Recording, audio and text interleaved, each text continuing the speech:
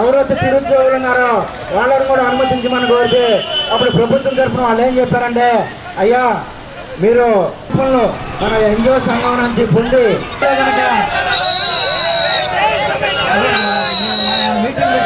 మరి విద్యాశాఖ అంతా కలిసి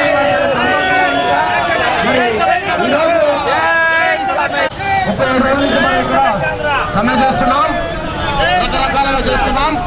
ఆలస్యమైన